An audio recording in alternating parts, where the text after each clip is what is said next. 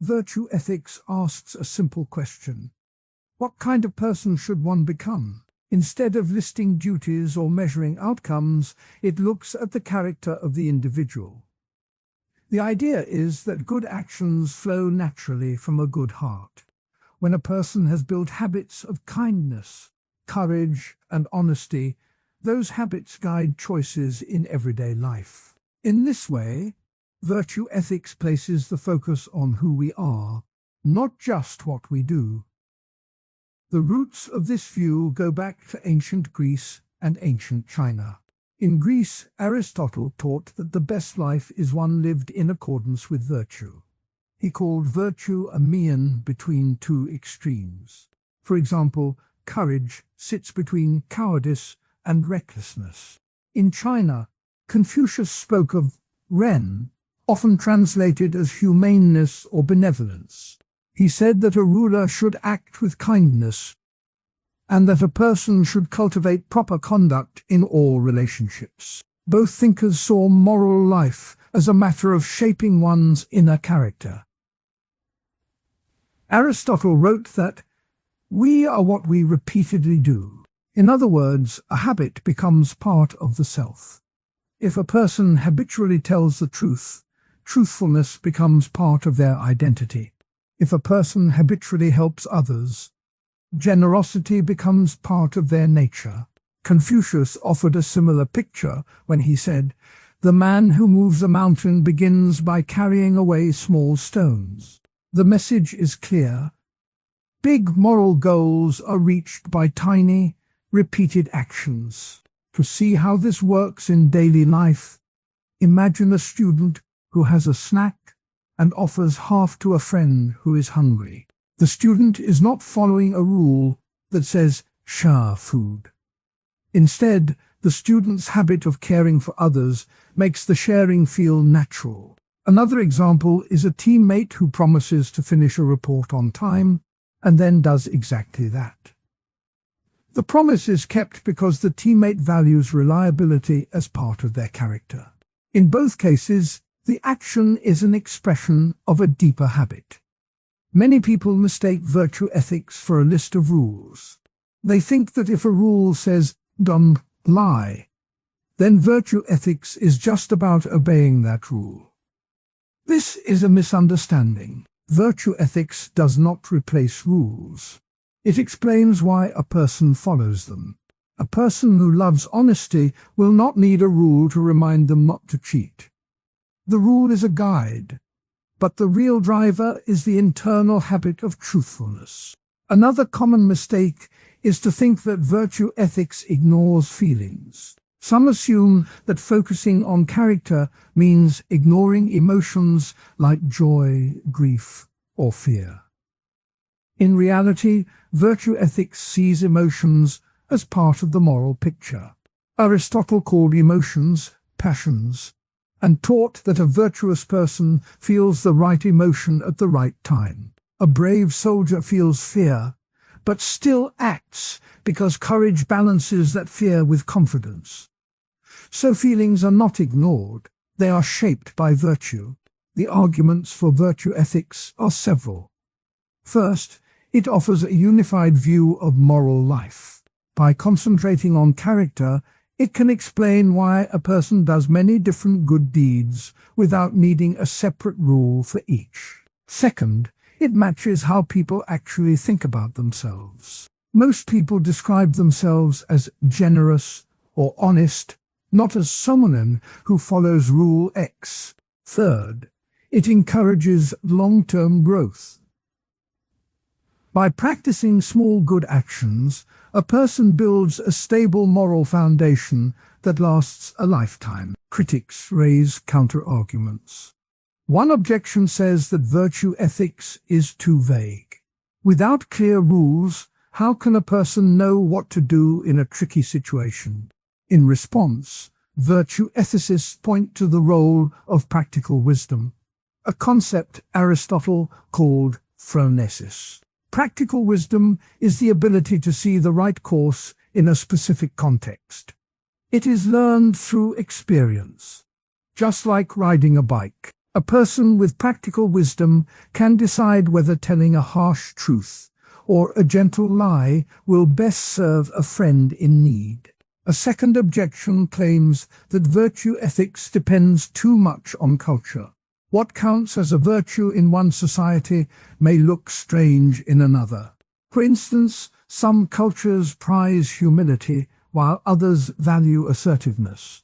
The reply is that virtues are not fixed rules, but qualities that help people flourish. Flourishing, or living well, looks similar across cultures because humans share basic needs for health, friendship, and meaning. While the expression of a virtue may vary, the core idea of helping people thrive stays the same. Real-world applications of virtue ethics appear in many fields. In education, teachers who model curiosity and patience encourage students to adopt those habits. In business, leaders who act with integrity inspire employees to act likewise, creating a trustworthy workplace. In medicine, doctors who cultivate compassion tend to listen more carefully to patients, improving care.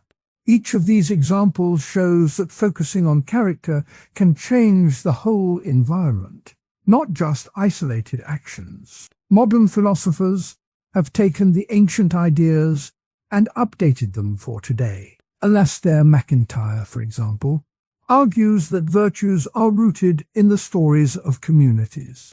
He says that a person becomes virtuous by participating in shared practices, like playing in a sports team or working in a hospital. This view connects virtue ethics to the later sections on character habits and community.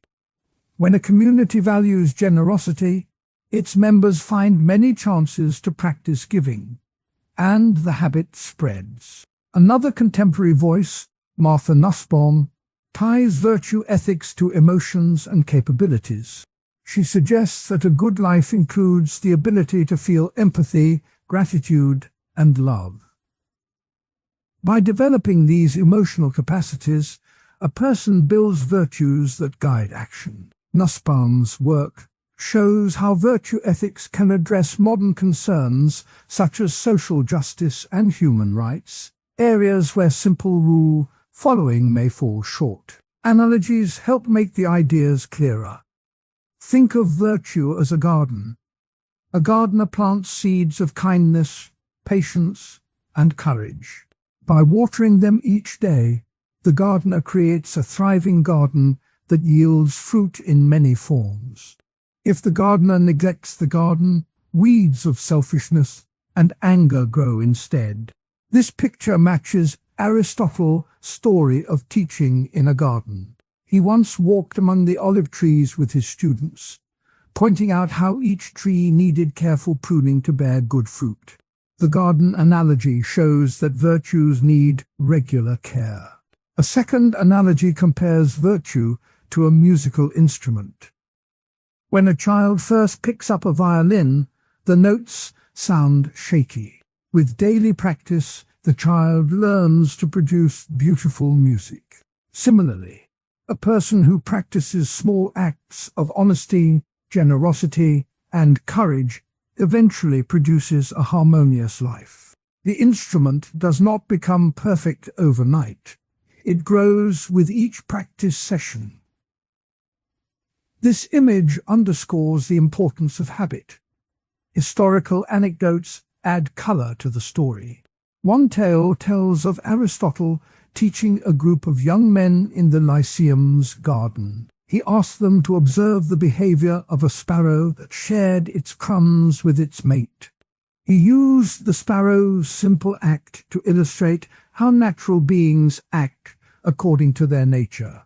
The lesson reminded the students that virtue is part of human nature, waiting to be nurtured. Another story comes from the life of Confucius. While serving as an advisor to the ruler of Lu, Confucius once warned the king that a ruler who ignored the suffering of his people would lose the mandate of heaven, a belief that divine favor rests on moral rule.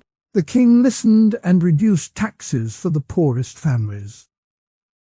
This act showed how a leader's virtue could change policies that affect thousands. The anecdote links the ancient idea of virtue to modern ideas of social responsibility. Everyday life offers many chances to practice virtue.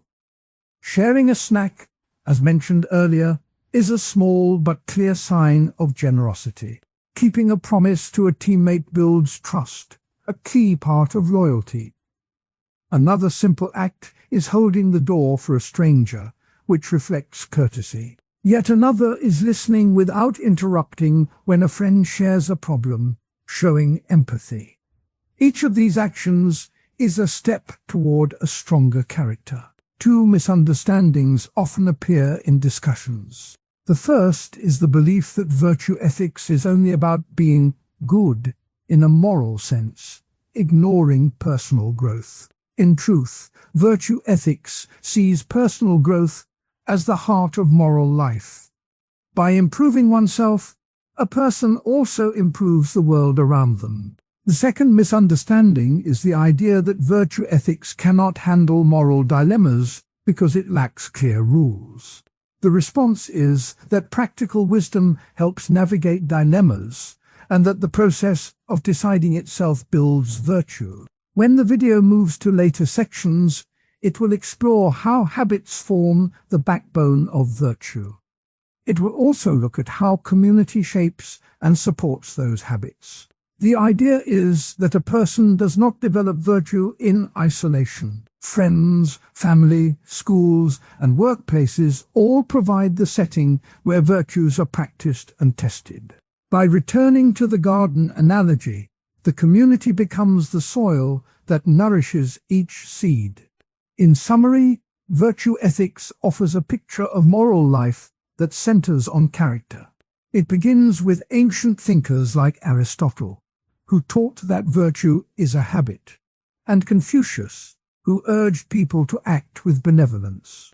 It explains how small daily actions, such as sharing a snack or keeping a promise, reveal a deeper habit. It clears up common misunderstandings about rules and feelings. It answers objections by pointing to practical wisdom and the universal aim of human flourishing. It shows relevance in education, business, medicine, and modern philosophy. Through analogies, anecdotes, and real examples, it paints a clear, calm view of how a person can become better, one habit at a time. The journey from a single act to a whole life of virtue is a story that continues in the next sections, where character, habits, and community will be examined in detail. The story of virtue begins long before modern schools of thought took shape. It starts in places where people asked, what makes a good life? In ancient Greece, in ancient China, and in ancient India, thinkers tried to answer that question.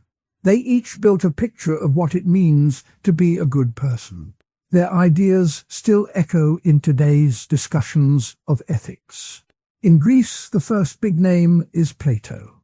Plato lived in the city of Athens in the 4th century BCE. He wrote many dialogues in which his teacher Socrates asked questions. One of the most famous passages is when Socrates says, "The good of the soul is the highest good." Plato took that idea and turned it into a theory of virtue.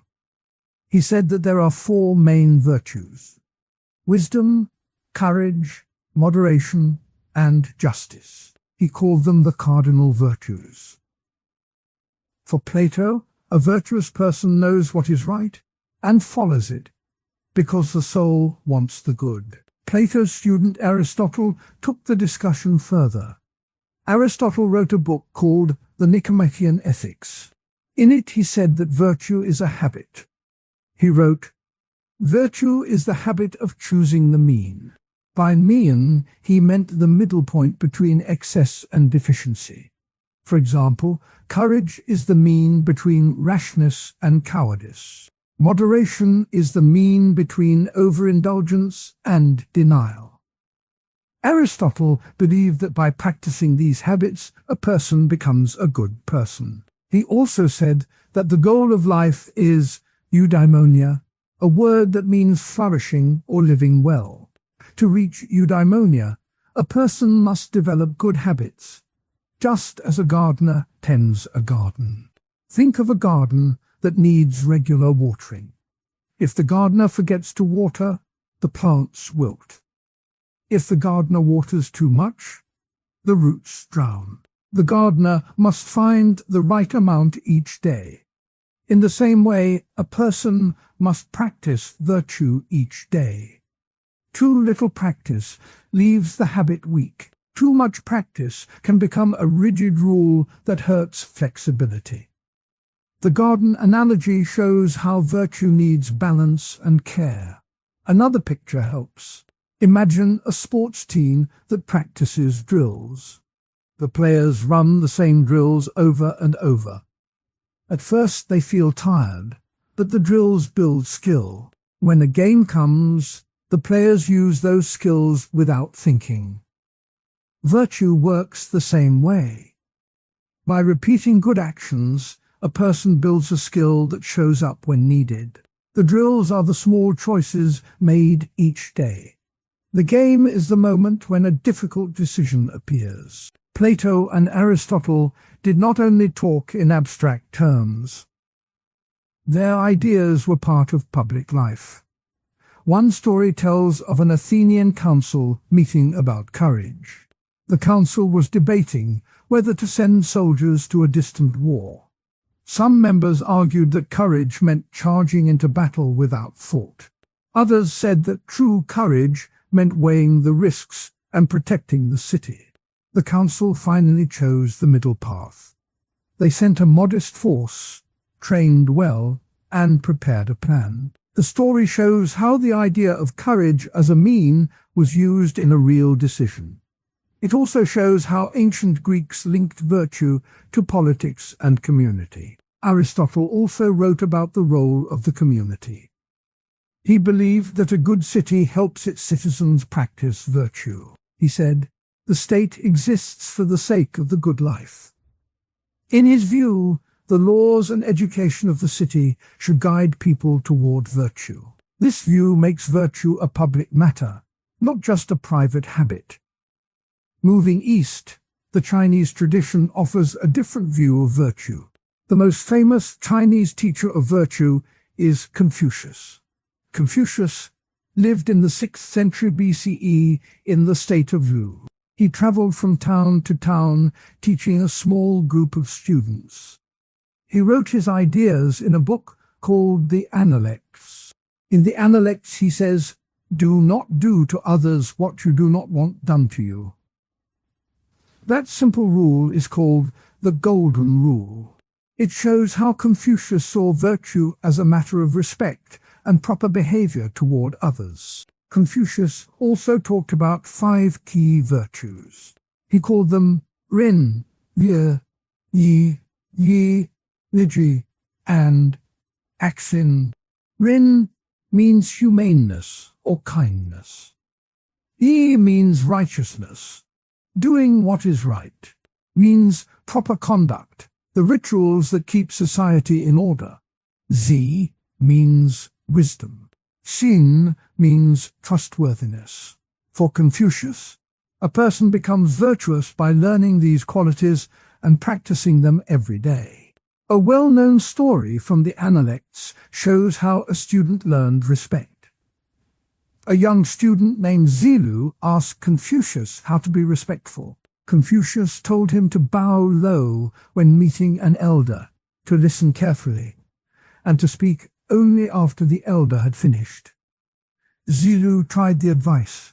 He bowed deeply to his teacher, listened without interrupting, and waited before speaking. The teacher smiled and said, "You have learned the way of respect."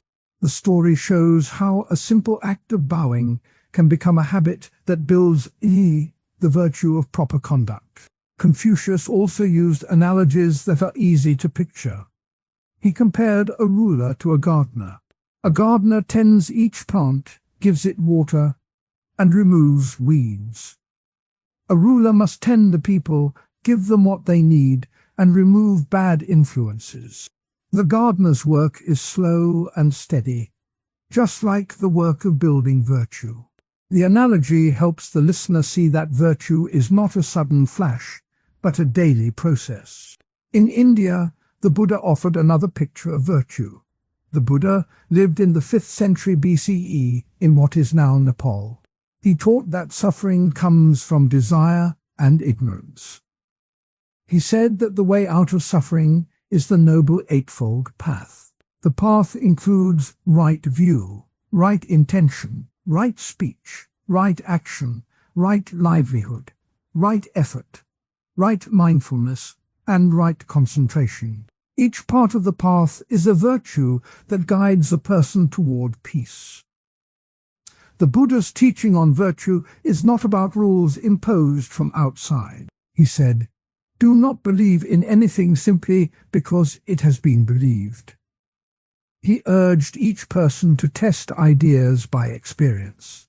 The virtue of wisdom, in his view, comes from seeing how things really are. The virtue of compassion grows when one feels the pain of others. The Buddha's approach blends personal insight with ethical action. A story from the Buddha's life shows how virtue can be practiced in a simple moment. Once a monk was walking near a river and saw a child drowning.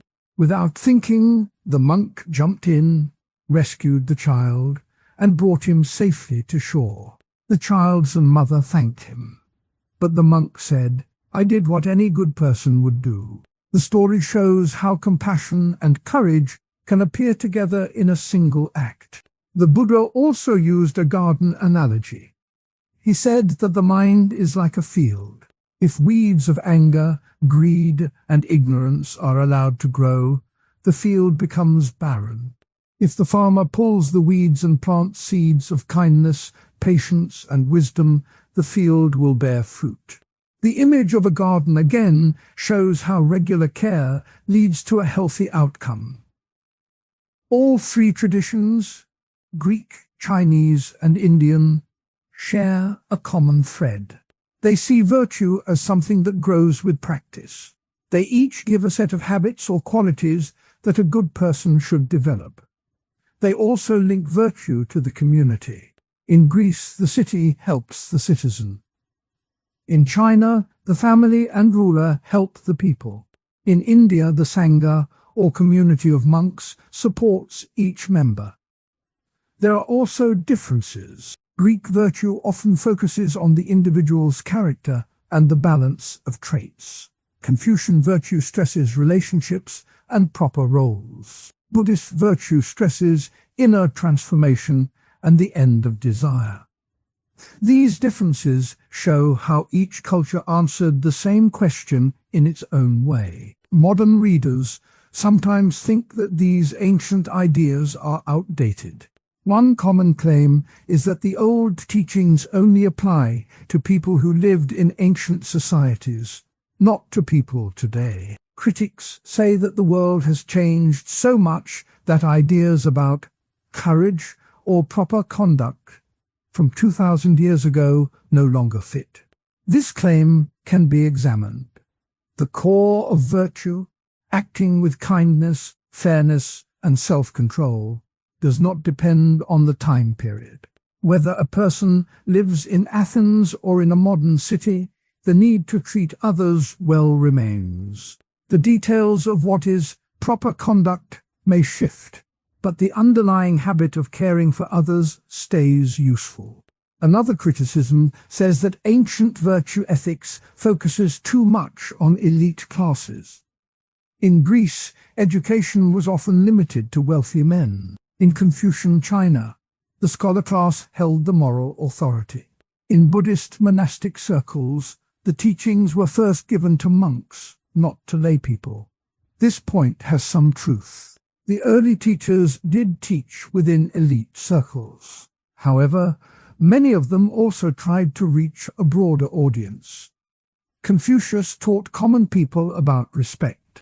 The Buddha left his palace to teach anyone who would listen. Aristotle wrote for those who could read. Over time, the ideas spread to wider groups. The criticism reminds modern thinkers to keep virtue accessible to all, not just to a privileged few. World applications of ancient virtue ideas can be seen today. In schools, teachers often talk about character education. They ask students to practice honesty, responsibility, and respect. This mirrors the Greek habit of virtue. In families, parents teach children to be kind and to listen to elders, echoing Confucian.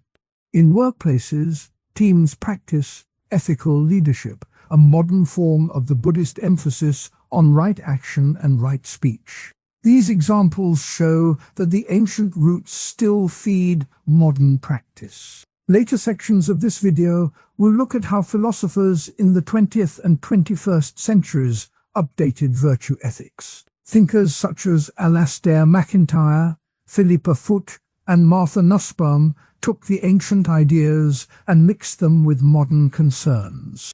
They ask how virtue can fit into a world of science, technology, and global cultures. The story will continue, but the foundation remains the same: a focus on habits, on balance, and on the good life. Returning to the garden analogy, imagine a modern community garden. Different people bring different plants, but they all share the water, the soil, and the tools. The garden thrives when each person tends their own plot and helps neighbors when needed.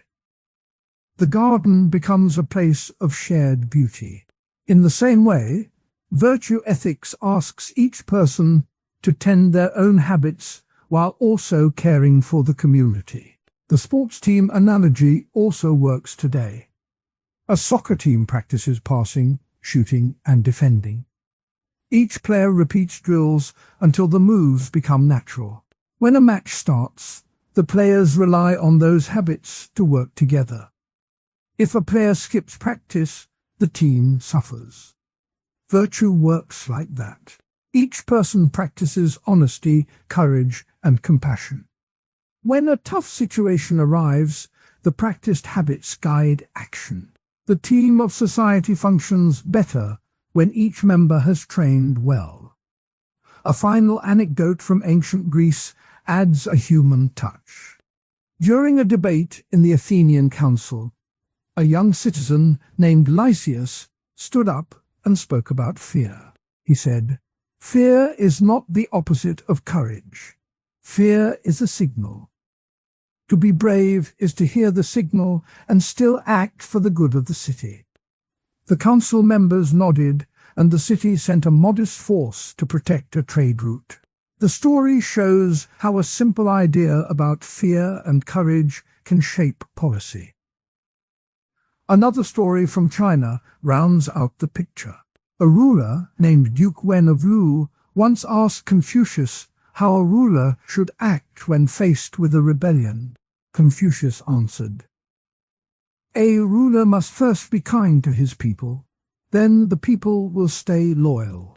The Duke took the advice, reduced taxes, and showed generosity. The rebellion faded, and the people praised the ruler's kindness. The story highlights how virtue can calm conflict. These anecdotes bring the ancient ideas to life. They show that virtue was not just a lecture, but a guide for real decisions. They also show that the ancient thinkers cared about the same things modern people care about: fairness, courage, kindness, and wisdom. In sum, the roots of virtue stretch across Greece, China, and India. Plato and Aristotle gave the West a picture of balanced character and habit. Confucius gave the East a view of relational respect, and the idea of virtue is old, but it still feels fresh in a world that moves fast. Virtue means a habit of doing good. It is not just a rule, but a pattern of action that shapes who a person becomes.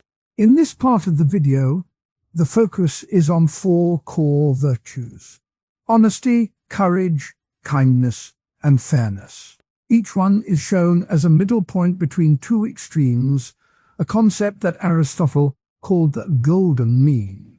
The golden mean says that virtue lives in the balance, not in excess and not in lack. For honesty, the mean is truthfulness, while the extremes are deceit and brutal bluntness. For courage, the mean is bravery, while the extremes are cowardice and reckless rashness. For kindness, the mean is generosity, while the extremes are selfishness and self-sacrifice that harms the self. For fairness, the mean is justice, while the extremes are bias and indifference. Aristotle wrote, "Virtue is a habit of choosing the mean."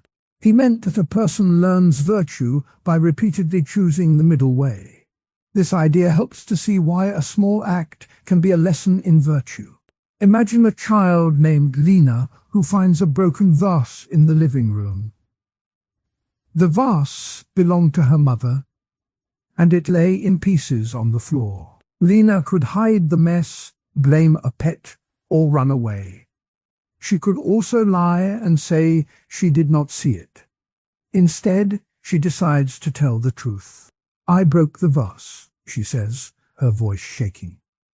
The mother listens, sighs, and says, "It is okay, Lena.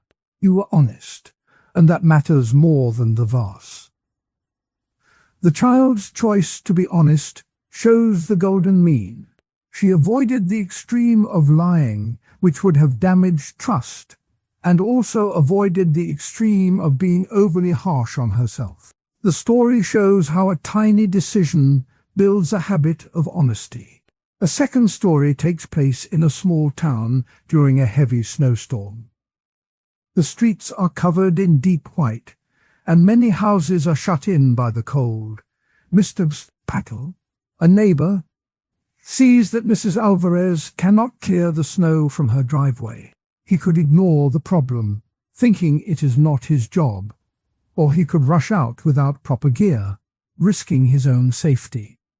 He chooses a balanced path. He puts on warm boots, grabs a shovel, and spends an hour clearing the path for her. Mrs. Alvarez thanks him, and the two share a cup of hot tea. This act of kindness is the middle point between selfishness and reckless self-sacrifice. It shows how everyday life offers many chances to practice virtue. Modern life offers many more examples. Returning a lost wallet is a simple test of honesty. A person who finds a wallet could keep the money, which is selfish, or could hand it to the police without trying to find the owner, which may be too distant. The honest choice is to look for ID, contact the owner, and give the wallet back. Standing up for a classmate who is being teased is a small act of courage. The student could stay silent, which is cowardly, or could shout so loudly that the situation escalates, which is rash. The balanced act is to speak calmly, ask the bully to stop, and support the classmate. These tiny moments add up, forming a pattern of virtue. The ancient Roman story of Cincinnatus adds a historic weight to the idea of virtue. Cincinnatus was a farmer who was called to lead Rome when the city was in danger. He accepted the command, won the battle, and then gave up power to return to his farm. He chose the mean between ambition and neglect of duty. He did not cling to power, nor did he refuse to serve when needed. His life shows that virtue can be a public duty and a private habit at the same time. In the medieval era, Saint Francis of Assisi is remembered for his kindness to animals and the poor.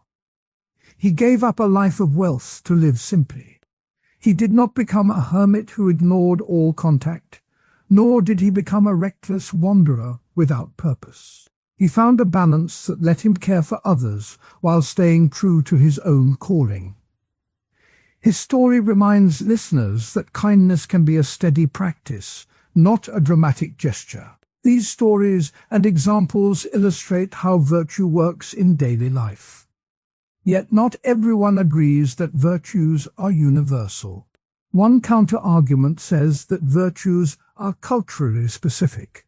In some societies, speaking the truth may be seen as disrespectful if it harms a family's honor. In other cultures, standing up for a classmate might be viewed as interfering in personal matters. The claim is that what counts as honest or courageous changes with the community. If virtue changes from place to place, then the golden mean may not be a single fixed point. A second counter-argument warns that focusing on virtues can hide the need for justice. Justice is about fair rules and rights, not just personal habits. A person who is kind and honest may still live in a system that treats some groups unfairly. Critics say that virtue ethics can make people think that personal goodness fixes all problems, while larger social changes are also needed. They point out that a virtuous person might ignore a law that is unjust, believing that personal virtue is enough. Both criticisms have weight. The cultural view reminds that any list of virtues must be open to dialogue. The justice view reminds that personal habits are only part of a larger picture. The video will later explore habit formation, showing how repeated actions turn into stable character. That section will link the small choices discussed here to the science of habit loops, and will show how a community can support both personal virtue and social justice. Aristotle himself gave a short quote that helps keep the balance in mind. "We are what we repeatedly do." Excellence, then, is not an act, but a habit. This line ties the ancient idea of the golden mean to the modern study of habits. Another quote from Cincinnatus, recorded by Livy, reads, "I would rather be a farmer than a ruler, but I will serve when my city needs me." The words capture the balance between private life and public duty. St. Francis wrote, "For it is in serving the least of our brothers that we serve the greatest."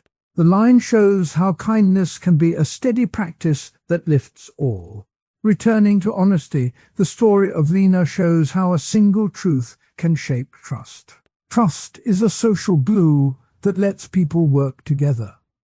When Lena tells the truth, her mother can rely on her in the future. The act also teaches Lena that mistakes are not the end, but a chance to act rightly.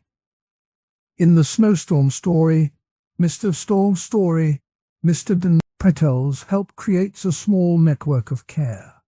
Mrs. Alvarez feels safe, and she may later return the favor.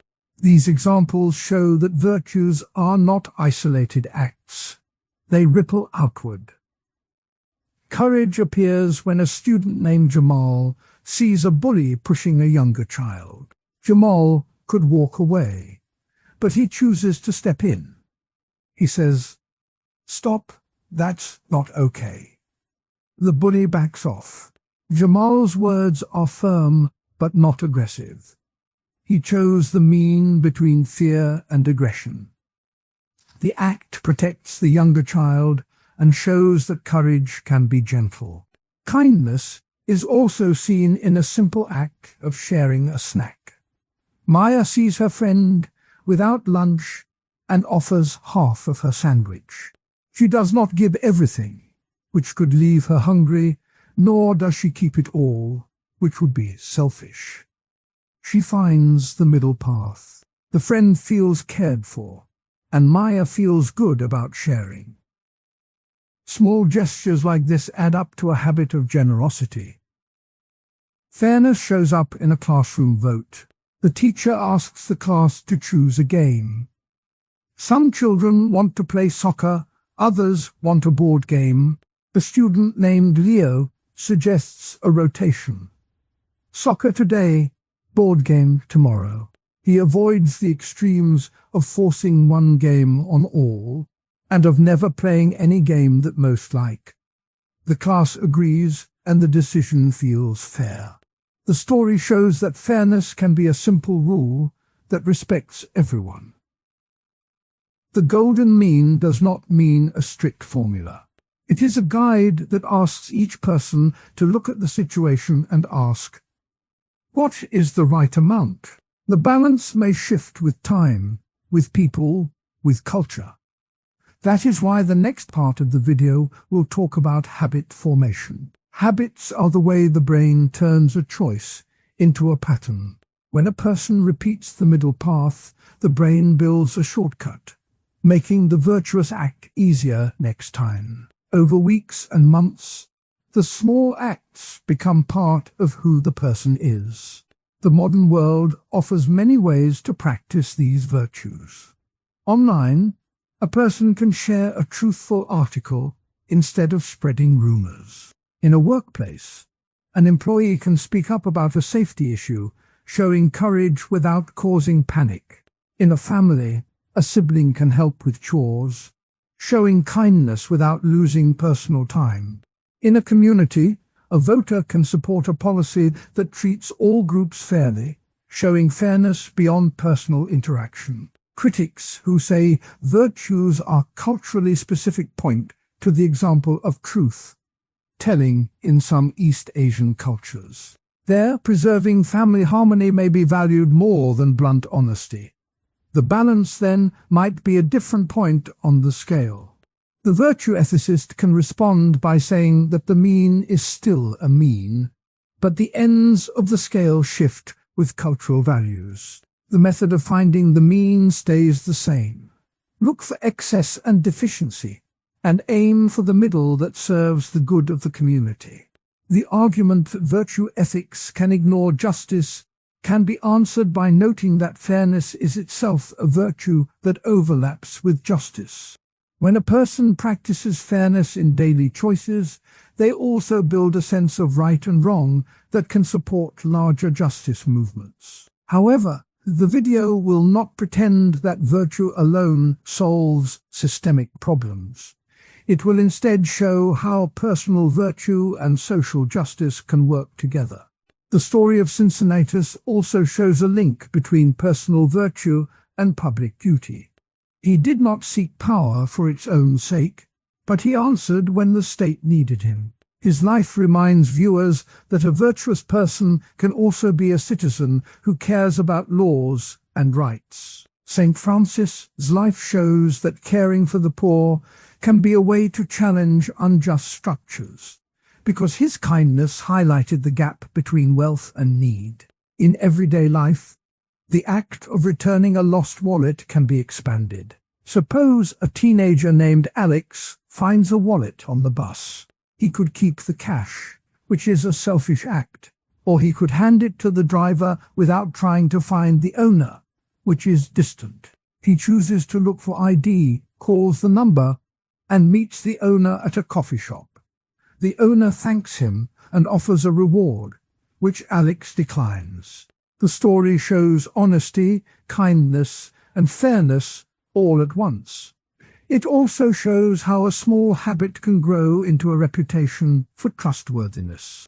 Another modern example is a co-worker who notices a colleague struggling with a project. The co-worker can ignore the problem, which is selfish, or can take over the whole work, which is over-helpful. The balanced act is to offer help, share a tip, and let the colleague finish. This shows kindness without losing personal responsibility, and it builds a fair workplace. The video will now move toward habit formation. The brain likes patterns. When a person chooses the middle way, the brain records the reward of feeling good, and the next time the same situation appears, the brain will suggest the same choice. Over time, the virtuous path becomes automatic. That is why the stories told here matter. They are not just nice tales. They are practice drills for the mind. To close this section, a final quote from Aristotle is offered. Moral virtue comes about as a result of habit. The phrase ties the ancient idea to modern science. It also reminds the listener that each small act, each balanced decision, is a step toward a better self. Honesty, courage, kindness, and fairness are not lofty ideals that sit on a shelf. They are habits that can be built, one choice at a time, in a quiet room, on a snowy street, or in a bustling market. The next part of the video will explore how habits form, how cues, routines, and rewards shape behavior, and how to set up an environment that supports the golden mean. By linking the ancient wisdom of virtue ethics to the modern study of habit loops, the series will give viewers tools to turn the stories of Lena, Mr. Minna, Patel, Cincinnatus, and St. Francis into daily practice. The journey from a single truthful act to a life of virtue is a path that anyone can walk, step by step. Virtue ethics teaches that a good life is built on good habits.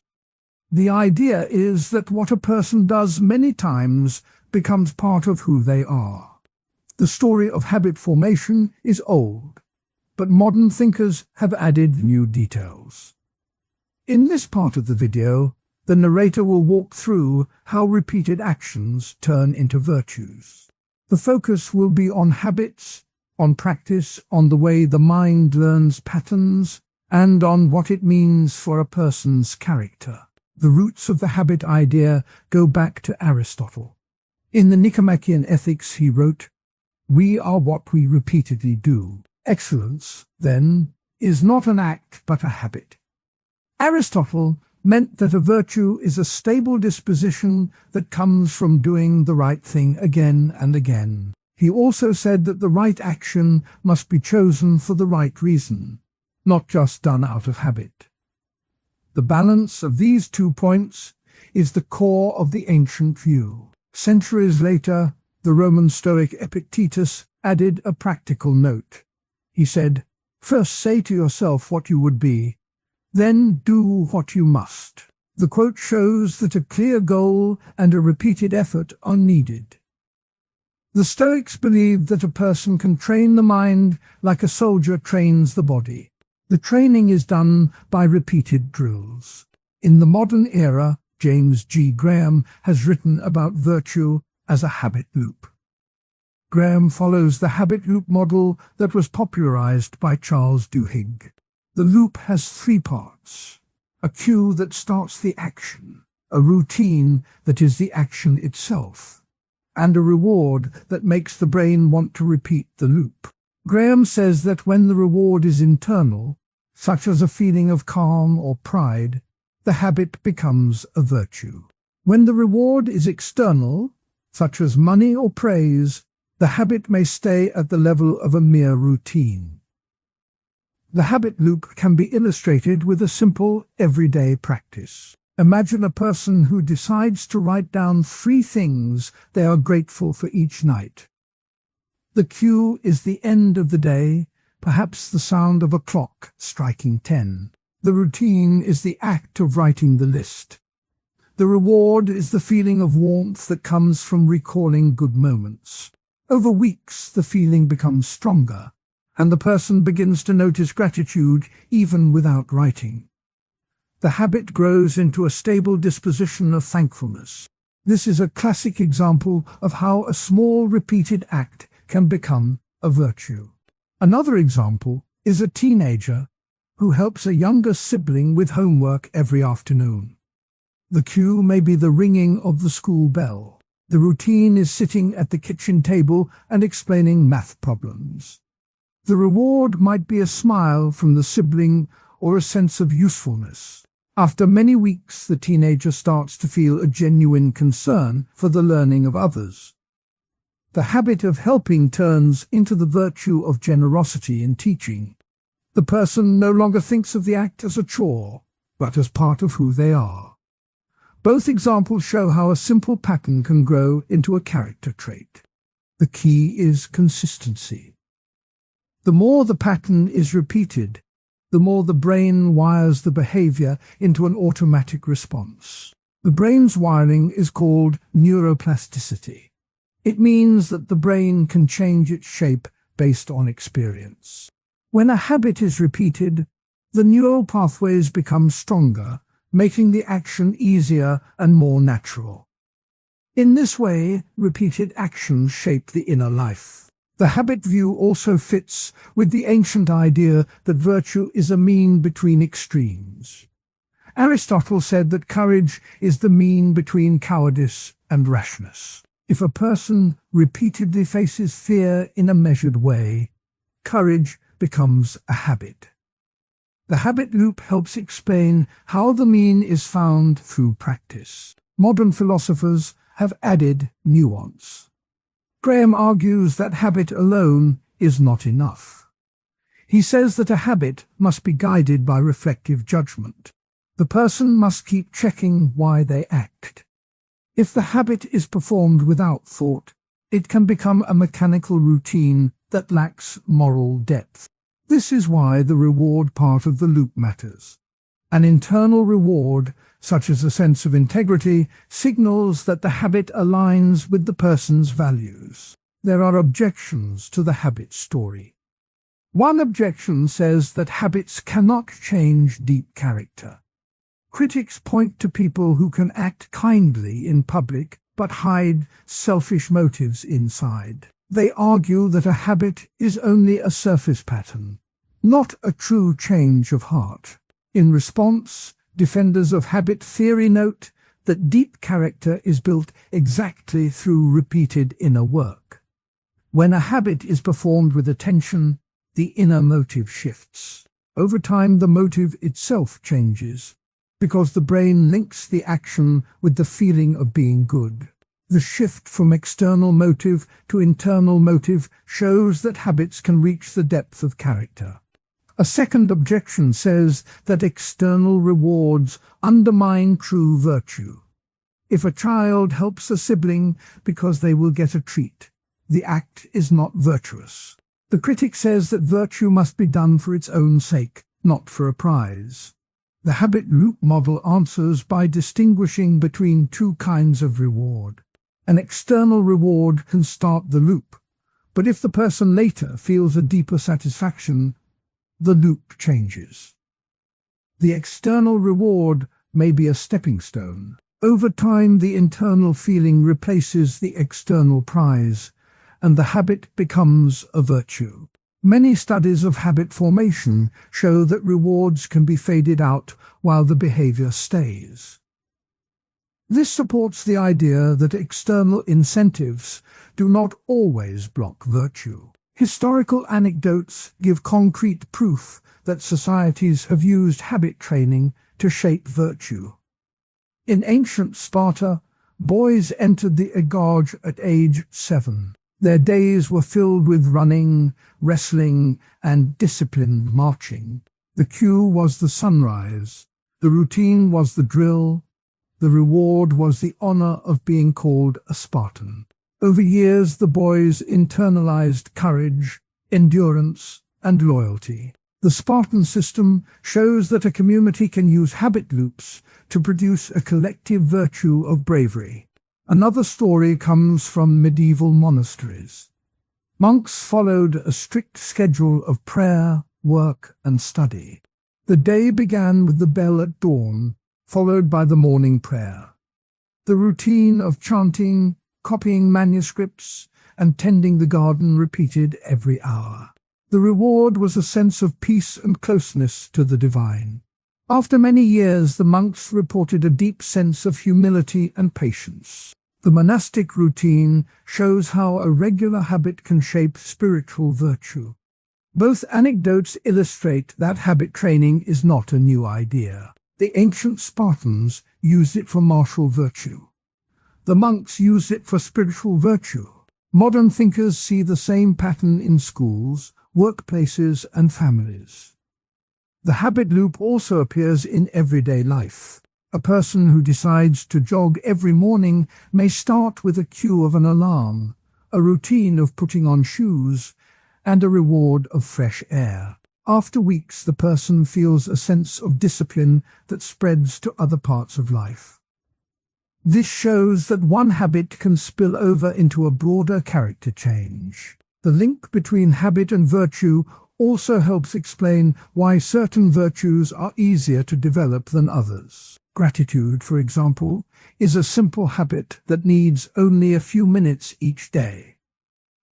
Courage may need more intense situations to trigger the cue. The difficulty lies in finding the right cue that fits the person's life. The cue must be reliable, otherwise the habit will break. In the study of habit loops, researchers talk about keystone habits. A keystone habit is a small change that triggers many other positive changes. For instance, making the bed each morning can lead to a cleaner room, better time management, and a feeling of order.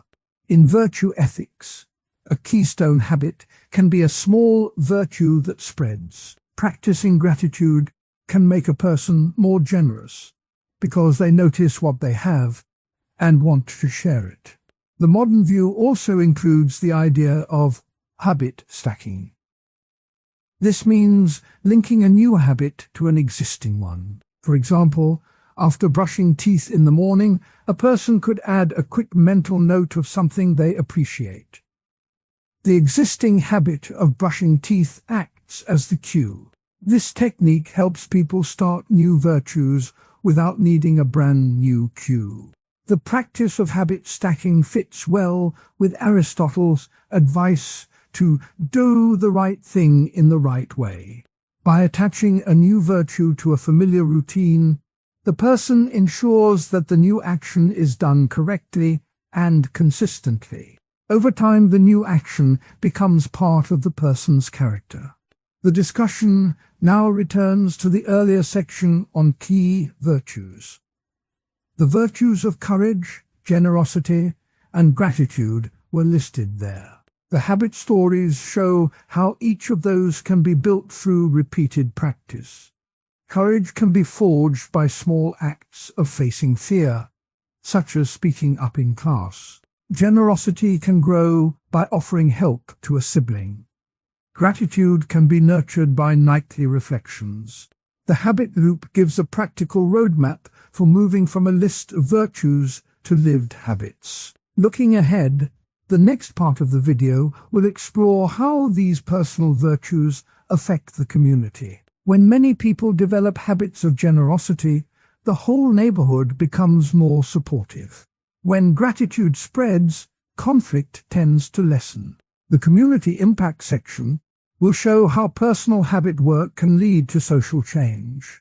To sum up, the formation of virtues through habit follows a clear pattern. If cue starts the action, the routine is the repeated act, and the reward reinforces it. When the reward is internal, the habit becomes a virtue.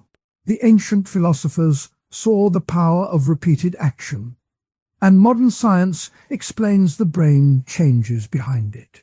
Objections about depth of character and external rewards are answered by showing how motives shift and how rewards can be faded. Historical examples from Sparta and monastic life prove that societies have long used habit training to shape virtue. Everyday examples of gratitude and sibling help show how any person can start small. By linking new habits to existing routines, people can grow keystone virtues that ripple outward. The next chapter will show how these ripples shape the world around them. Virtue ethics began in ancient Greece. Aristotle wrote that the good life is a life of good character. He called this the eudaimon life, which means a life of flourishing. Aristotle said that virtues are habits that help a person choose the right action. He wrote, "Virtue is a habit of choice, lying in a mean." In simple words, a virtue is a steady way of acting that is not too much and not too little. The idea of virtue did not stop with Aristotle. In the Middle Ages, Thomas Aquinas mixed Christian ideas with Aristotle's thoughts. He said that virtues help a person love God and love others. Later, the Enlightenment thinkers turned to reason. They still talked about virtues, but they focused more on rights and duties. In the modern era, the name virtue ethics reappeared. The philosopher Alasdair MacIntyre wrote a book called After Virtue. He argued that modern moral talk is lost because it has no shared story. MacIntyre said that virtues belong to traditions. He wrote, "The virtues are not simply personal traits. They are practices embedded in traditions." He believed that a community tells people which habits are good. Other modern thinkers have added to the picture. Philippa Foot argued that virtues are natural parts of human life.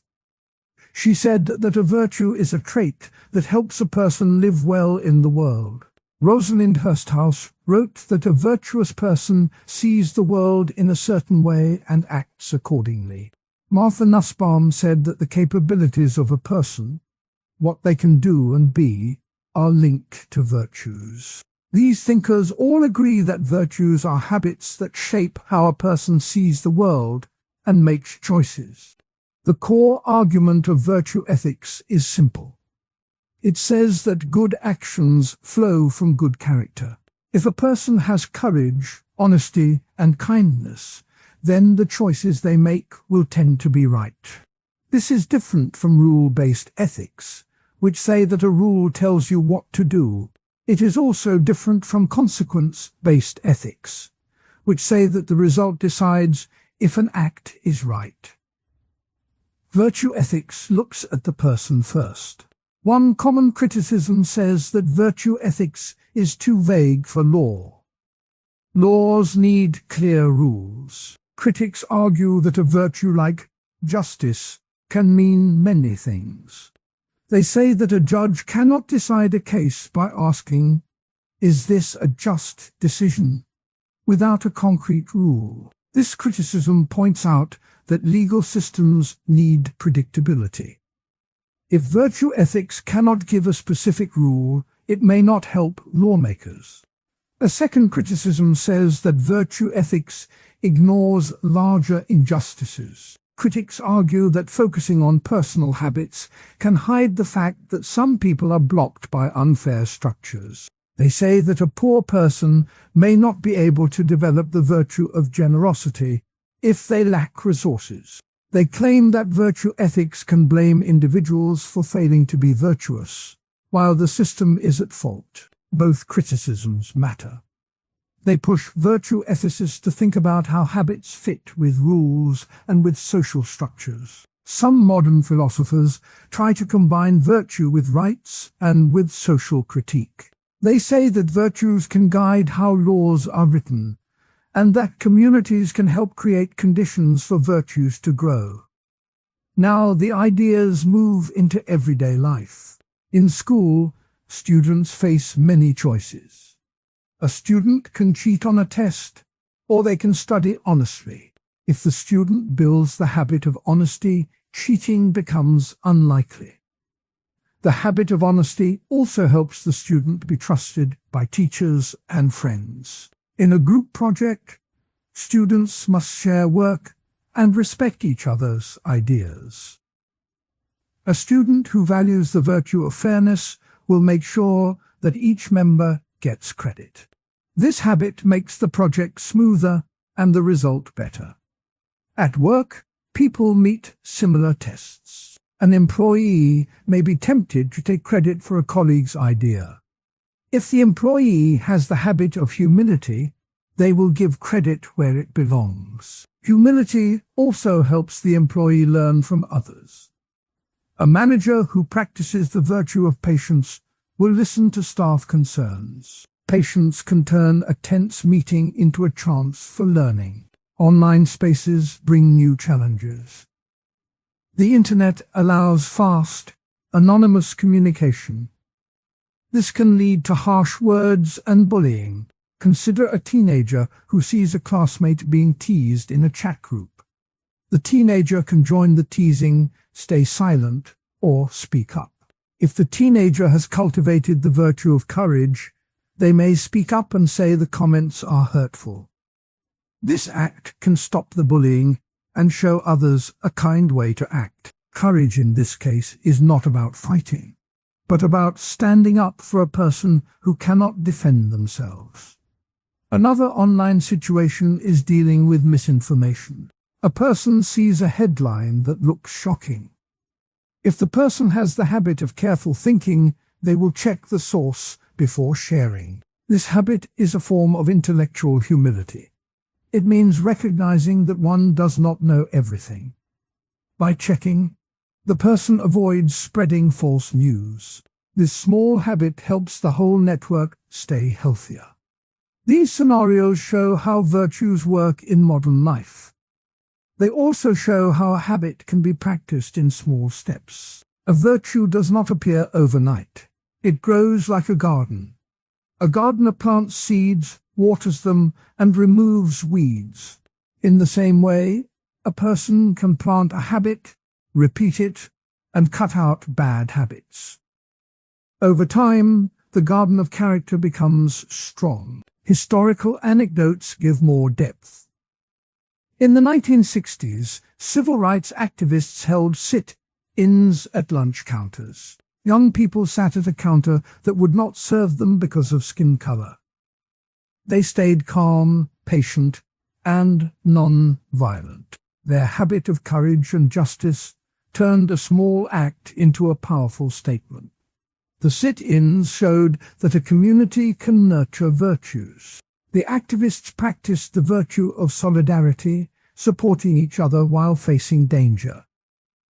Their actions helped change laws and attitudes. Another story comes from the early 1900s.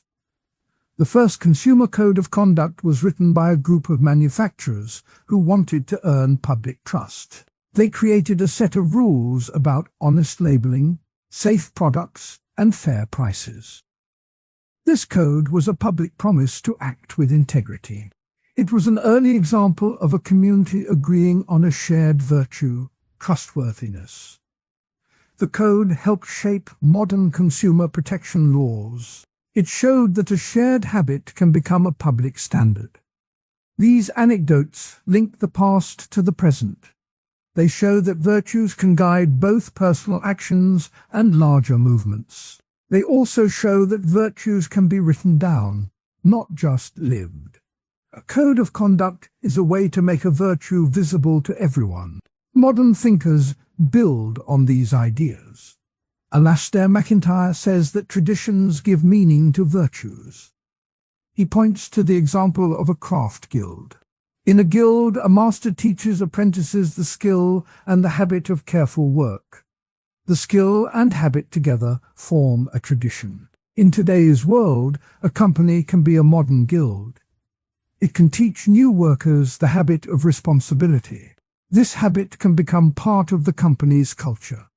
Martha Nussbaum talks about capabilities. She says that a society should help each person develop the ability to be healthy, to think, and to act with dignity. She links these capabilities to virtues like compassion and justice. If a school provides safe spaces, it helps students develop compassion. If a workplace offers training, it helps workers develop competence, a virtue linked to confidence.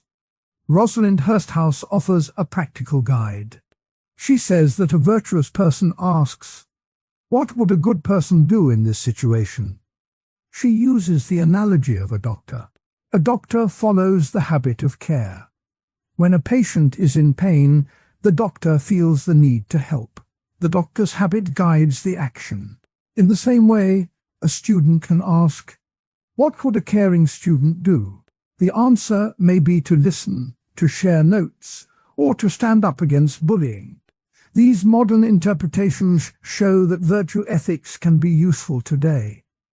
They also show that virtues need a community to grow. The next part of the video will explore how community and culture shape virtues. It will look at how different societies teach courage, respect, and honesty.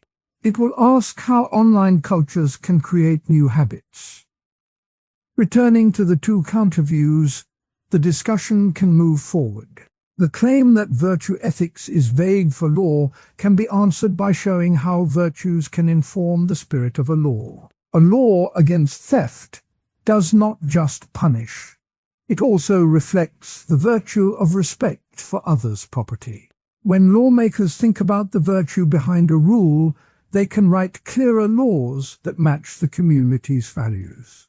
The claim that virtue ethics ignores systemic injustice can be answered by pointing to the work of scholars who add a social lens. They argue that a community must remove barriers that stop people from practicing virtues. For example, a school that feeds hungry students helps them develop generosity. If a student is always worried about food, they cannot focus on being generous. By fixing the system, the community allows virtues to flourish. In practice, this means that schools, workplaces, and online platforms can create environments that support good habits. A school can have a code of conduct that praises honesty and kindness. It can reward students who help others. A workplace can have a mentorship program that teaches humility and teamwork. An online platform can have clear policies against harassment and tools that let users flag bullying. These structures help people practice virtues more easily. Consider a concrete example of a group project. 4 students are assigned to create a presentation. One student wants to do all the work and take all the credit. Another student feels uneasy about speaking up. If the group has a habit of fairness, they will discuss roles openly. Each person will agree on who does what. The student who wants all the credit will see that the group values fairness more than personal glory. The uneasy student will feel safe to speak because the group values respect. The project ends with everyone contributing, and the final product is better. The habit of fairness guided the whole process. Now think about cyberbullying. A teenager sees a hateful comment on a friend's post. The teenager can ignore it, join in, or report it. If the teen has the habit of empathy, they will feel the hurt the comment may cause. The story of virtue in a community begins long before any single person thinks about right or wrong. In the earliest villages, people learned how to act by watching the elders, by sharing food, and by helping each other rebuild after a storm. The idea that virtues grow out of relationships is as old as human life itself. Confucius, who lived in ancient China, taught that a person becomes good by caring for family, by honoring friends, and by serving the ruler. He said, "The master said, the way of the superior man is to be in harmony with the people." In that simple line, the link between personal character and the larger group is clear. A person who learns respect, honesty, and kindness does so because those traits keep the family and the village together. The modern study of how societies shape virtues was taken up by sociologists such as Emile Durkheim and Robert Putnam. Durkheim wrote that social facts are things that exist outside the individual and exert a force on him. In other words, the values a community holds act like a gentle pressure that guides each member. Putnam later added that social capital is built when people trust each other and work together. Both thinkers point to the same idea.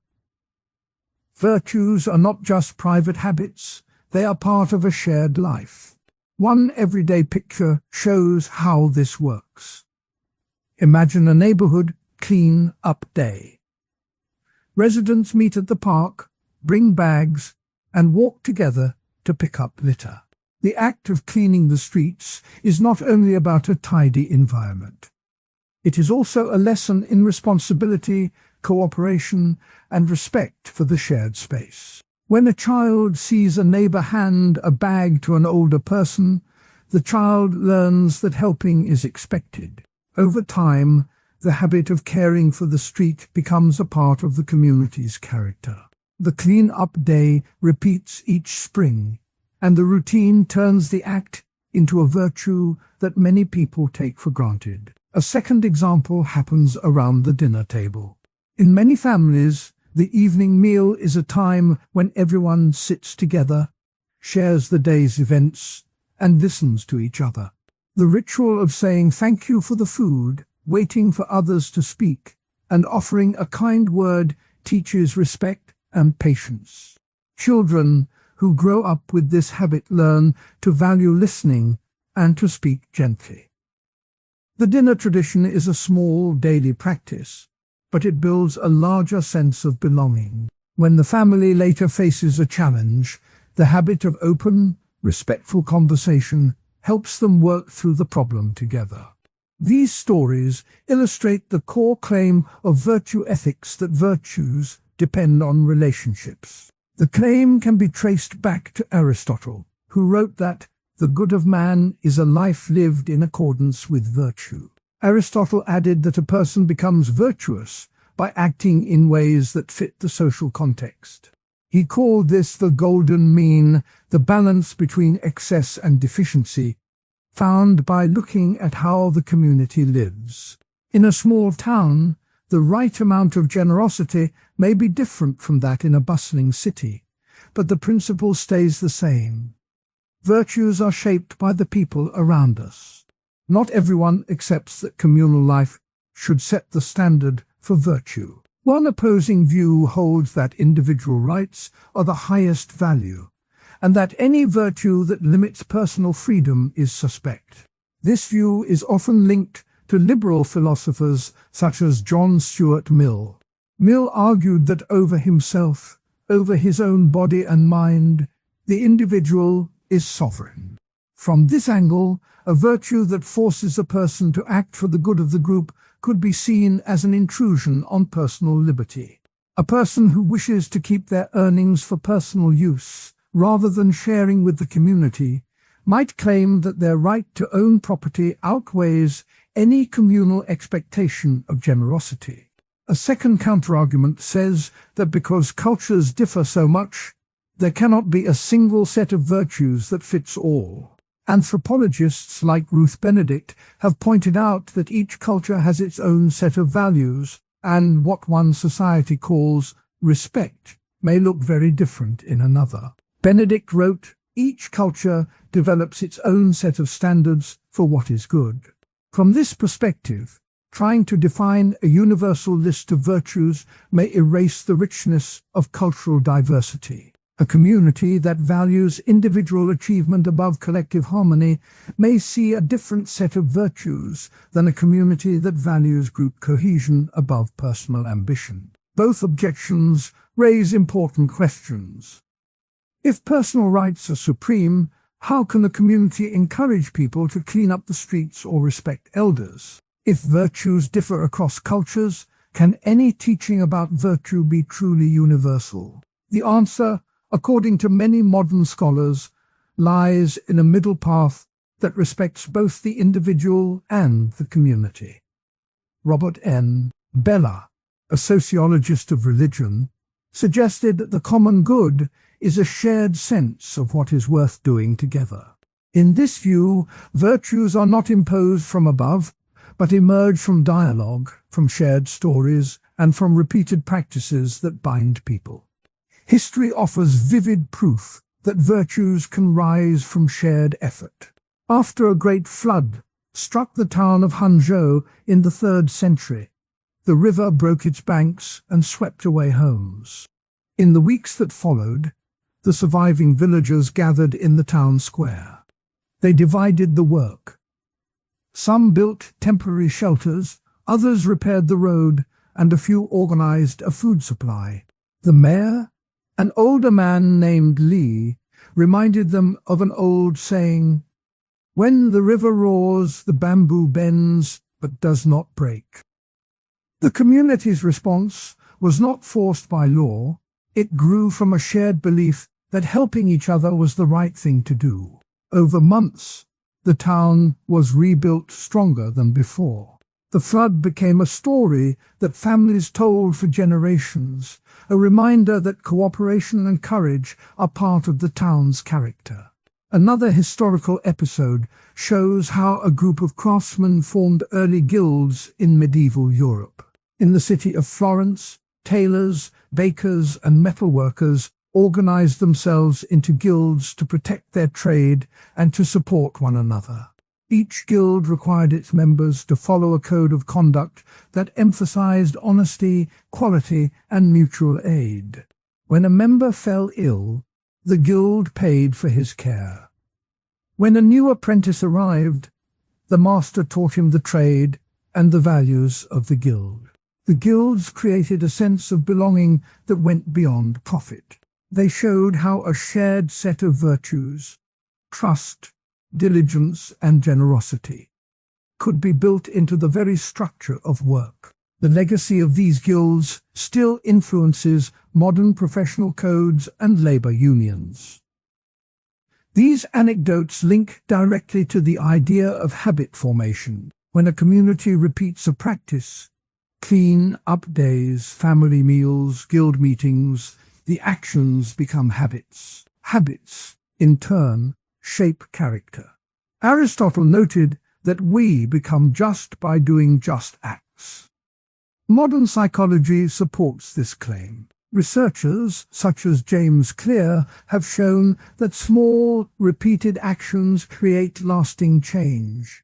In a community, the repeated act of sharing resources, listening to neighbors, or helping rebuild after a disaster trains people to see those actions as natural.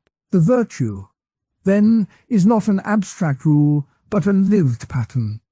In today's fast-paced world, the same principles apply, though the settings have changed. Consider a modern apartment building where residents set up a shared recycling program. They place bins in the lobby, post signs reminding everyone to separate waste, and hold a monthly meeting to discuss improvements. The program is not mandated by the city. It grows from the residents' belief that caring for the planet is part of their shared life. Over time, residents develop a habit of sorting waste without thinking. The virtue of environmental stewardship becomes part of the building's culture. Another contemporary example is the rise of virtual book clubs. People from different countries meet online each month to discuss a chosen book. They practice listening, patience, and respect for differing opinions. The virtual setting removes geographic boundaries, but the same virtues emerge. Members learn to wait their turn, to ask thoughtful questions, and to value the insights of others. The habit of respectful dialogue spreads beyond the club, influencing how participants engage in work meetings or family conversations. These modern scenes echo the ancient teachings of Confucius. He said, "When the people are harmonious, the ruler is at peace." In a democratic society, the ruler can be the law, the city council, or even the shared norms of a neighborhood. When people act virtuously toward each other, the larger system runs more smoothly. The same idea appears in the writings of the modern philosopher Alasdair MacIntyre, who argues that virtues are practices that sustain a community's way of life. MacIntyre writes that the good of the community is the standard by which virtues are judged. This view ties the ancient and the modern together, showing that the link between personal character and the common good endures. The tension between individual rights and communal virtues can be seen in current debates over public health measures. During a flu outbreak, a city may ask residents to wear masks in public spaces. Some argue that the mask rule protects the common good by reducing disease spread. Others claim that forcing masks infringes on personal freedom. The discussion often circles back to the idea that virtues such as care, responsibility, and solidarity can guide choices without heavy coercion. When a community collectively values health, many individuals voluntarily wear masks, turning a public policy into a shared habit. Cultural differences also shape how virtues are expressed.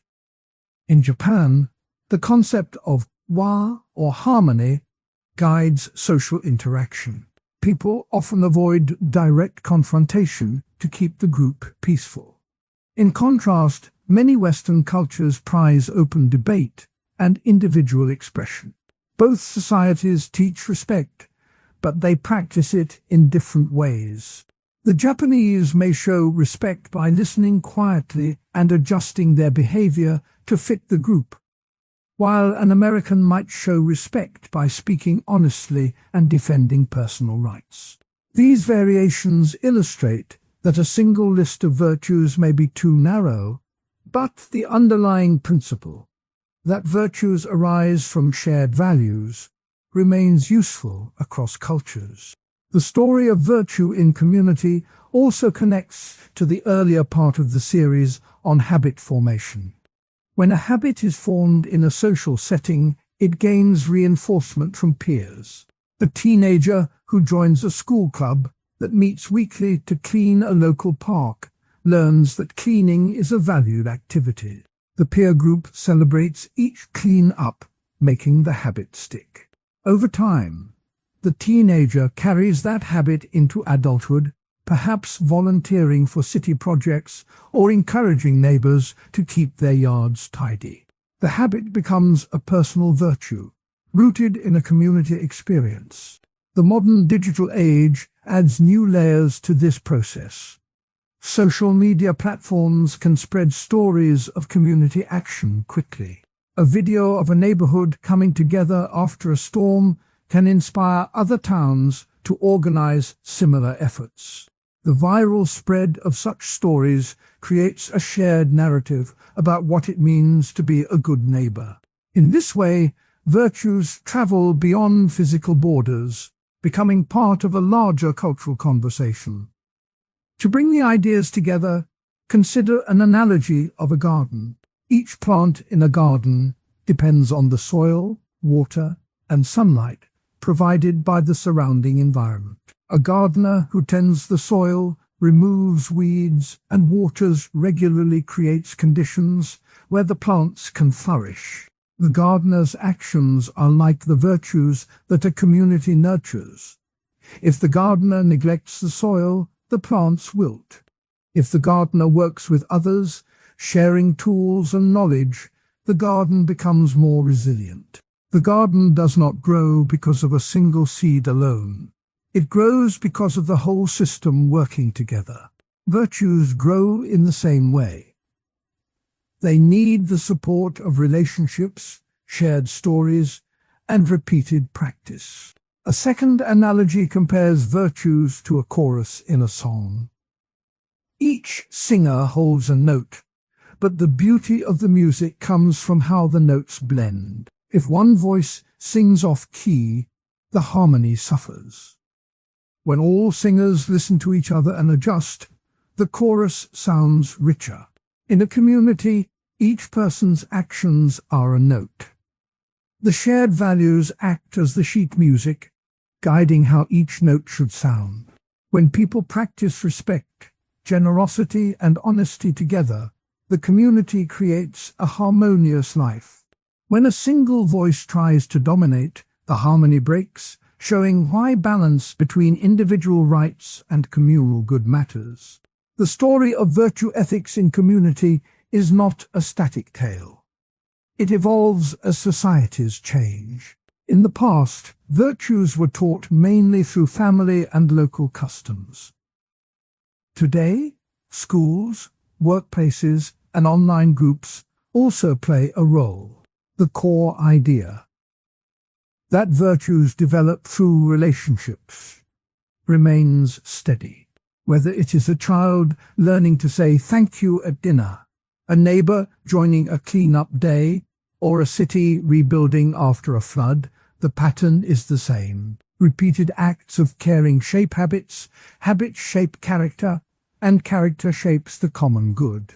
In concluding this segment, the narrator can recall the words of Confucius once more. The master said, "Virtue."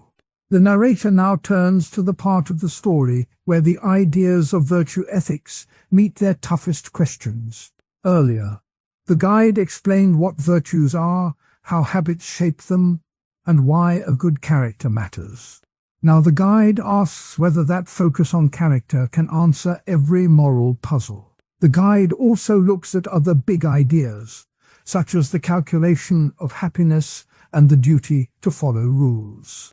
All of this is presented in a calm, steady voice that feels like a quiet chat over a cup of tea. One of the most common complaints is that virtue ethics does not give clear decision rules. Critics say that when a person faces a split-second choice, a list of virtues does not point to a single answer. They point to the classic picture of a driver who sees a stray dog run into the road while a cyclist's bike lies a few meters ahead. A rule-based system might say, "Do not harm the animal," or "Do not damage property." Virtue ethics, they argue, only says, "Be a caring person," or "Be honest," which does not tell the driver which action to take. The driver is left to guess which virtue is strongest in that moment. The lack of a concrete decision rule feels like a gap. A second criticism says that virtue ethics may ignore the consequences of an action. The focus on who the person is can, in some cases, let the outcome slide into the background. Imagine a student who worries about getting a low grade. The student could cheat on an exam to secure a scholarship. A virtue ethicist would ask whether cheating fits the character of an honest person. The critic says that this question does not consider the ripple effect. The student may get the scholarship, but the cheating could lower the class average, hurt other students, or erode trust in the school. By looking mainly at character, the theory might miss the bigger picture of what actually happens. These 2 points, no clear decision rule, and a possible blind spot to outcomes, have been raised by many philosophers. The critic John McDowell once wrote, "A moral theory that cannot tell a person what to do in a crisis is of limited use." The voice of the critique is clear and steady, and it invites the audience to think about the practical side of moral thinking. The guide now brings in the alternatives that have tried to answer those concerns. The first alternative is utilitarianism. Utilitarianism says that the right action is the one that creates the most happiness or reduces the most suffering. In the driver example, a utilitarian would add up the happiness that comes from saving the dog versus the loss of the bike, and choose the option that yields the greater net good. In the student case, a utilitarian would weigh the benefit of the scholarship against the harm of cheating, perhaps concluding that cheating is wrong because it hurts the fairness of the whole system. Utilitarianism is built on a clear rule: maximize overall well-being. That rule can be applied step by step, which many find helpful when the stakes are high. The second alternative is deontology, the duty-based approach most famously defended by Immanuel Kant. Deontology says that some actions are right or wrong because of the rules that govern them, no matter what the results are. Kant wrote, "Act only according to that maxim which you can at the same time will that it become a universal law." For the driver, the rule might be, never cause harm to a living creature, which would push the driver to protect the dog, even if the bike is lost. For the student, the rule could be, never lie or cheat, which would block the temptation to cheat, regardless of the grade. Deontology offers a clear, rule-based guide that does not need to count consequences each time. Both utilitarianism and deontology were developed, in part, as responses to the questions raised by virtue ethics. In the 18th century, a wave of new thinking swept through Europe. Kant's followers argued that the old focus on character was too vague. They wanted a system that could be taught in schools, that could be written down in textbooks, and that could be applied in courts. The rise of Kantian ethics marked a shift from the ancient Greek habit building project to a modern project of universal law. But the story does not end with the critics. The guide now turns to two strong defenses of virtue ethics, each aimed at the same concerns. First, the defense of character growth. Proponents say that the purpose of moral life is not just to pick the right answer in a single moment, but to become a better person over time. A virtue ethicist points out that decision rules can be followed without ever changing the heart. A person might always follow a rule because it is taught, but still act selfishly in private. Virtue ethics asks the person to practice kindness, courage, and honesty until those traits become second nature. In that sense, the driver who learns to care for animals will instinctively protect the dog without having to run a mental calculation. The student who builds a habit of honesty will feel a pull away from cheating even when the grade looks tempting. The growth of character, the defender says, is the real measure of moral success. Second, the defense of flexibility. Critics say that virtue ethics is too loose, but supporters argue that the very looseness is a strength. Life is full of messy situations that no rule can cover. A strict rule might force a person to act in a way that feels cruel in a particular case. A virtue ethicist can weigh multiple virtues at once: compassion, prudence, justice, and find a balance that fits the specific context. For example, a doctor who must decide whether to tell a patient a harsh truth can balance honesty with kindness, choosing a gentle way to speak that a rigid rule might not allow. This flexibility, the defender says, lets virtue ethics handle the real world in a way that rigid formulas cannot. To illustrate the flexibility, the guide returns to the driver scenario. The driver who feels love for animals may also feel responsibility to the cyclist.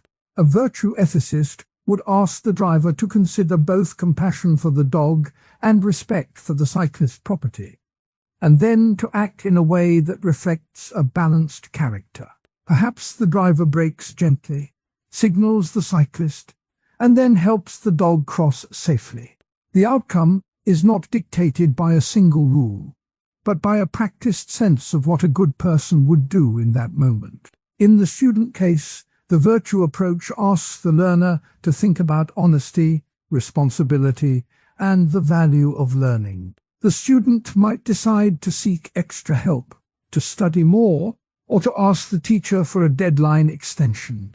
The decision comes from a sense of self that has been shaped by habit, not from a quick cost-benefit tally. The guide now shares two historical anecdotes that show how these debates have played out over the centuries. The first anecdote goes back to the Academy of Plato and the Lyceum of Aristotle.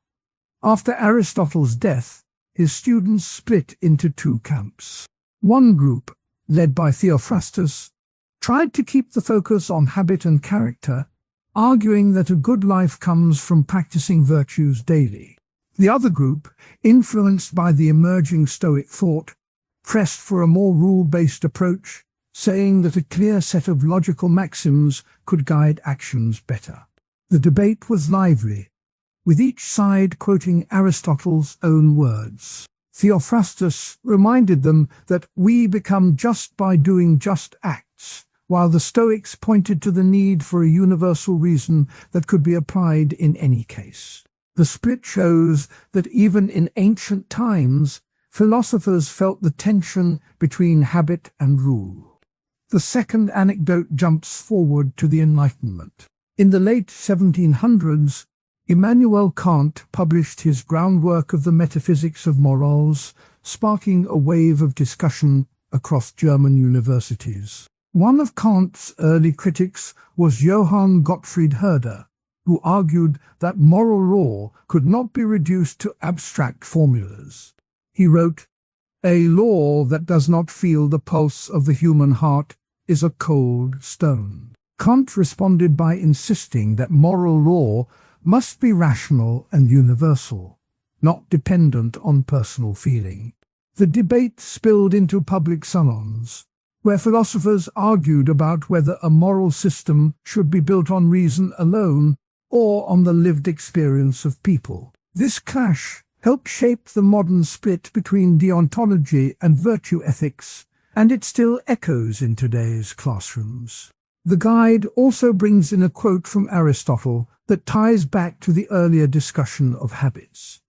Aristotle wrote, "We are what we repeatedly do. Excellence, then, is not an act but a habit." This line reminds the audience that virtue ethics sees moral life as a long-term project, not a one-off decision. It also explains why the theory puts so much weight on repeated practice. Another quote comes from Kant, who said, "Duty is the necessity of an action done from respect for the law." This line shows the opposite side, a focus on duty that does not bend to personal feeling. The two quotes sit side by side, letting the listener hear the contrast between habit and rule. The guide now ties these ideas back to the earlier sections on virtues and habits. In the first part of the series, the guide described how a habit of generosity can turn a person into a generous person. That same habit can help a person face a tricky choice, because the habit already shapes the quick judgment. The critic, however, says that habit alone cannot tell a person whether to save a pet or a bike. The defender replies that the habit of caring for life will guide the driver toward the animal, while the habit of respecting property will make the driver look for a safe way to avoid damage. The combination of habits creates a nuanced response that a single rule might miss. The guide also points out that modern philosophers have tried to blend the strengths of each approach. Some have suggested a threshold model, where a rule applies up to a point, after which character takes over. Others have spoken of rule-virtuous hybrids that keep the clarity of a rule, but allow for the judgment of a virtuous agent. For example, the philosopher Alastair MacIntyre writes that practices are the arenas in which virtues are exercised. In a practice like medicine, a rule may say, "Do no harm," but a virtuous doctor will also consider compassion and wisdom to decide how best to act in a specific case. This modern interpretation shows that the old debate is still alive, but it also shows that new ideas keep emerging. To bring the discussion into everyday life, the guide offers two more simple examples that many viewers can picture. In the first, a teenager finds a wallet on the sidewalk. The wallet contains cash, a driver's license, and a photo of a child. A rule-based approach might say, "Return lost property." A utilitarian might count the happiness the owner feels when the wallet is returned versus the small gain the teen could get by keeping the money. A virtue ethicist would ask whether honesty and kindness are part of the teen's character. If the teen has practiced honesty, the act of returning the wallet feels natural, not forced by a rule. In the second example, a manager must decide whether to fire an employee who has made a costly mistake but has been loyal for many years. A deontologist might focus on the rule "treat all employees equally," which could push toward firing. A utilitarian would weigh the cost of keeping the employee against the benefit of morale and future performance. A virtue ethicist would consider the virtues of fairness, compassion, and wisdom, perhaps choosing a path that offers a chance for the employee to improve while also protecting the company. This shows how virtue ethics can handle complex workplace dilemmas with a balance of traits. The guide also notes that critics sometimes claim that virtue ethics is too culturally specific. They say that what counts as a virtue in one society may not be seen the same way in another. The defender replies that virtues are rooted in human nature, such as the need for social connection and the desire to avoid harm. While the exact expression of a virtue may differ, the core trait remains. For instance, courage shows up as bravery in war, as standing up for a bullied classmate, or as speaking out for the environment. The underlying character trait is the same, even if the context changes. Another objection is that virtue ethics offers no guidance for moral disagreement. If two people claim to be virtuous, but reach opposite conclusions, virtue ethics asks how a good life can be built one habit at a time. In the earlier parts of this series, Aristotle taught that a virtuous person is shaped by repeated actions, that Confucius urged the cultivation of benevolence through daily practice, and that modern thinkers such as MacIntyre have reminded the audience that virtues live inside a community. All of those ideas point toward a simple question. How can a person turn those big ideas into a daily roadmap?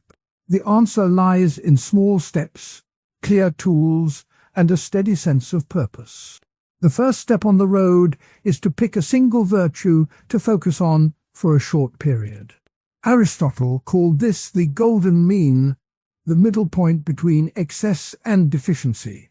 For a beginner, the middle point is easier to see when the virtue is concrete. Kindness, honesty, patience, or courage all work well. The person should write the chosen virtue at the top of a notebook and keep the notebook nearby. This notebook becomes a reflection journal, a tool that lets the person see progress and notice patterns.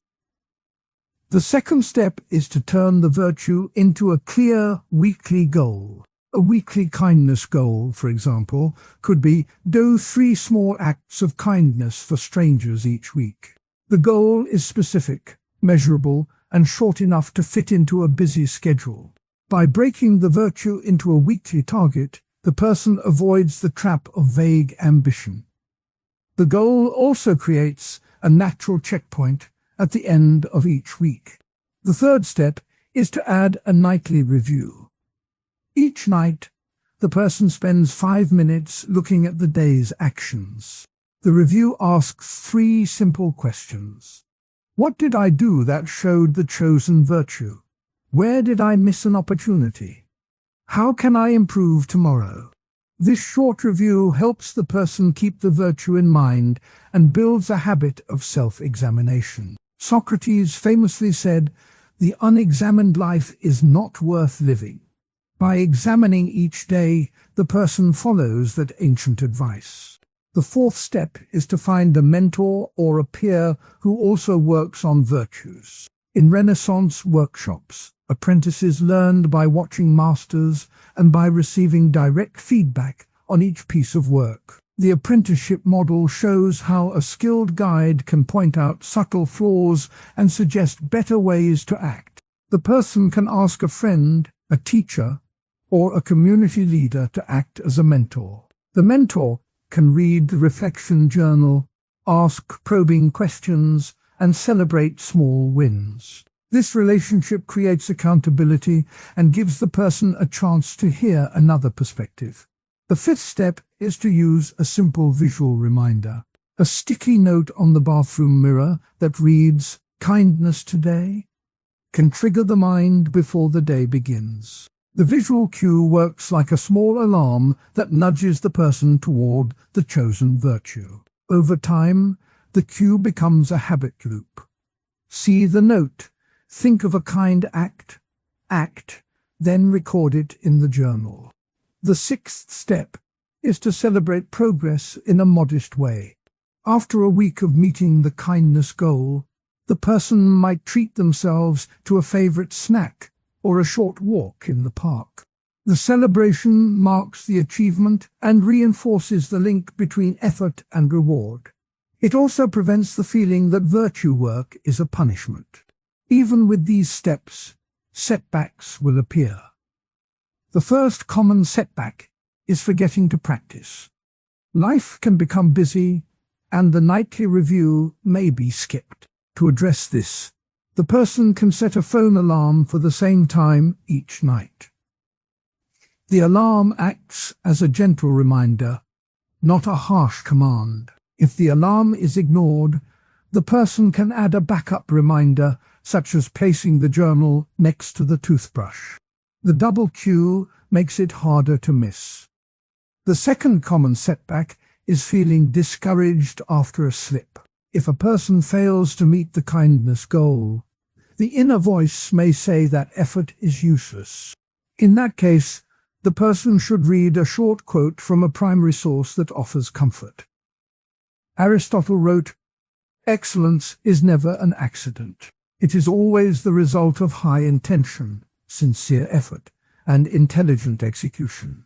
By recalling that quote, the person sees that failure is part of the learning curve, not a sign of defeat. The nightly review can then focus on what was learned rather than on the loss. A second historical anecdote adds depth to the roadmap. In early American towns, community service was woven into daily life. Young men helped build the meeting house, women tended the communal garden, and families shared harvests with neighbors in need. This tradition showed that virtue was not a private project, but a public practice. By joining a local volunteer group, the person can echo that tradition, turning personal virtue into community benefit. The act of serving others also creates a feedback loop. The more one serves, the more the feeling of kindness grows. Putting the steps together creates a clear map. First, choose a virtue. Second, set a weekly goal. Third, keep a nightly review. Fourth, find a mentor. Fifth, use a visual cue. Sixth, celebrate small wins. When a setback occurs, use an alarm or a reminder for forgetfulness, and use a reassuring quote for discouragement. The map is simple enough for a busy student, a working adult, or a retiree. It also respects the core idea of virtue ethics, that moral character is built through repeated, intentional actions. To see how the roadmap works in real life, consider two brief examples. Emma, a college sophomore, chose honesty as her virtue for a month. She wrote honesty on her journal, set a goal of tell the truth in every conversation, even when it feels uncomfortable, and reviewed each night. In week 3, Emma missed a chance to correct a false rumor about a classmate. She felt embarrassed, but she read Aristotle's line, "We are what we repeatedly do," and wrote in her journal that the slip was a chance to practice again. By the end of the month, Emma reported that her friends noticed a clearer, more open tone in her speech. Her mentor, a philosophy professor, praised her growth and suggested a new virtue, generosity, for the next month. A second example comes from a retired carpenter named Luis. Luis remembered the apprenticeship model from his youth, where masters taught apprentices through hands-on work and honest feedback. Luis chose patience as his virtue. He set a weekly goal of listen fully before responding in any conversation. Each night he wrote down moments when he waited and when he interrupted. His mentor, a former journeyman, read his notes and pointed out a pattern. Luis was most impatient during phone calls. Together they created a cue, placing a small stone on the phone before answering to remind Luis to pause. After 3 weeks, Luis felt less rushed and reported that his grandchildren enjoyed longer bedtime stories. The patience habit also helped him in his woodworking, where careful measurement reduced waste. Both stories show how the roadmap moves from abstract theory to daily life. The ideas from Aristotle, Confucius, and modern virtue scholars become tools that anyone can hold. The reflection journal, the weekly goal, the nightly review, the mentor, the visual cue, and the modest celebration each serve a purpose. When a person follows the steps, the virtues become part of the person's character, not a distant ideal. The roadmap also ties back to earlier sections on the origins of virtue ethics. Aristotle, a golden mean, appears in the step of setting a balanced goal. Neither too easy nor too hard. Confucius' emphasis on ritual and community lives in the mentorship and community service anecdotes. Modern interpretations, such as MacIntyre's claim that virtues need a practice-rich environment, are reflected in the apprenticeship and town service stories. By linking each step to a historical or philosophical source, the person can see the continuity of thought across centuries. A final piece of the roadmap is to revisit the chosen virtue after a month. At the end of the period, the person should read the journal, count the number of successful actions, and note any patterns. Then the person can decide whether to continue with the same virtue, deepen the goal, or move to a new virtue. This cycle of selection, practice, review, and renewal mirrors the ancient idea that moral growth is a lifelong journey. To close, the guide offers 2 concrete actions that anyone can start today. Action 1. Write a kindness goal for the coming week, such as give a compliment to 3 strangers. Action 2. Each night, before turning off the light, spend 5 minutes reviewing the day's choices against the chosen virtue. These 2 actions, paired with a journal, a mentor, a visual cue, and a simple celebration, form a practical path from theory to habit. Setbacks will happen, but they are not roadblocks. Forgetting to practice can be solved with an alarm or a reminder placed next to a daily habit. Feeling discouraged can be eased by recalling a quote from a trusted thinker, such as Socrates' warning that an examined life is essential, or Aristotle's reminder that excellence comes from steady effort. By treating setbacks as information, the person keeps moving forward. Virtue ethics is not a distant, lofty concept. It is a set of daily choices that shape who a person becomes. By following the step roadmap, the person can turn the ancient wisdom of Aristotle, the practical teachings of Confucius, and the modern insights of contemporary philosophers into a lived reality. The journey begins with a single notebook, a single goal, and a single night of reflection. From there, each small act builds a stronger character, one kind deed, one honest word, one patient pause at a time. The road is long, but each step is clear, and the destination, a life lived with purpose and virtue, lies within reach.